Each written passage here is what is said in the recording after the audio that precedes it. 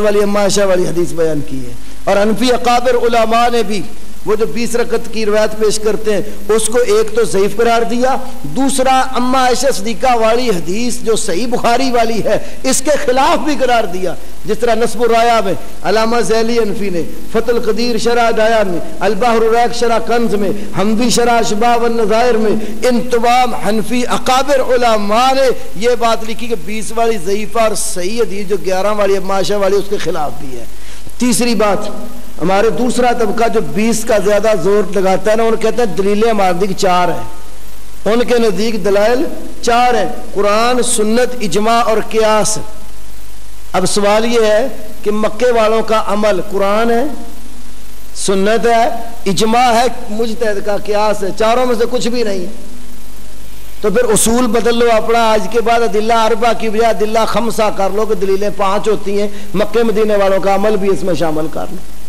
अगर 5 दलीलें बनाते हो तो तुम्हारे मजहब का वैसे ही सत्यानाश हो जाता है। इसलिए कि इमाम मोहम्मद बिन हसन शेबानी ने मदीने वालों के अमल के खिलाफ एक किताब लिखी, उसका नाम है किताबुल हुज्जा अला अहलिल मदीना, कि मदीने वालों के खिलाफ इमाम मोहम्मद ने जो मदीने वालों का अमल था उसके खिलाफ किताब लिखी। अगर मदीने वालों का अमल हुज्जत था तो इमाम मोहम्मद ने उनके खिलाफ किताब लिखने की तकलीफ क्यों गवारा की।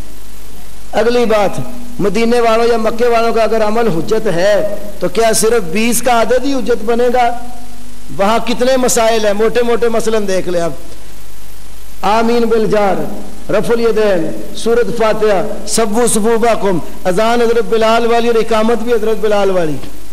और इसलिए तरावी के हवाले से आप देखो, तरावी देख लो, तरावी जब वो पढ़ते हैं, अभी मैं वो मसला इंशाल्लाह उसमें एक बात है करने वाली, तरावी पढ़ते हैं उसके बाद वितर भी पढ़ते हैं कि नहीं?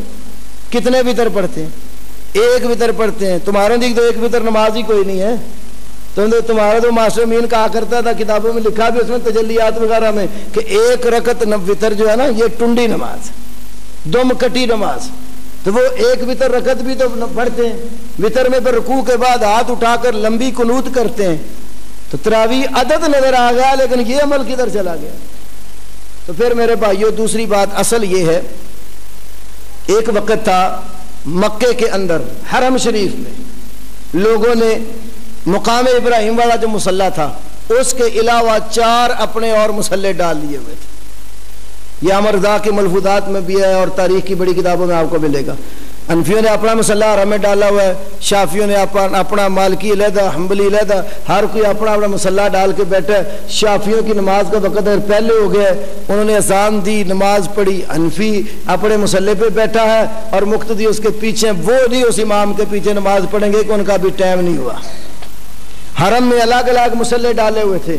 अल्लाह वहदाहु ला शरीक ने उम्मत मुस्लिमा में ये जो फितना डाला गया इसका इजाला फिर शाह सऊद के जरिए अल्लाह ने करवाया। उन्होंने क्या किया, सारे मुसल्ले ख़त्म करके एक मुसल्ला कायम कर दिया कि सारे एक इमाम के पीछे नमाज पढ़ो। अब वहाँ 11 रकत तरावी पढ़ने वालों ने भी जाना है, 20 पढ़ने वालों ने भी जाना है, 36 पढ़ने वालों ने भी जाना है, 40 पढ़ने वालों ने भी जाना है, 60 पढ़ने वालों ने भी जाना है। ये सारे मुख्तलिफ मज़ाहिब दुनिया में मौजूद हैं। और अगर किसी हनफी ने मुताला करना हो तो बुखारी की शरह अलामा ऐनी की उम्दतुल कारी देखें कि 20 के जवा कितने मज़ाहिब आपको नजर आएंगे। तो वो मज़ाहिब वालों ने भी तो जाना है।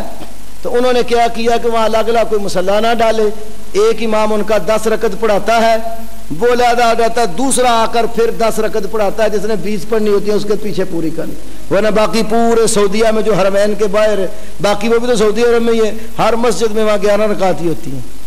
फिर हरम में चूंकि अगर हर कोई अपना मसल्ला डाल ले फिर वही फितनाबाजी शुरू हो जाए। तो उन्होंने इस हिकमत के पेश नजर, वगरना उनका अपना फतवा उनकी किताबों में, फतावों में 11 रकात तरावी सुन्नत का फतवा आज भी उनके फतावों में मौजूद है। हाँ ना, वो तो है ही है ना, वो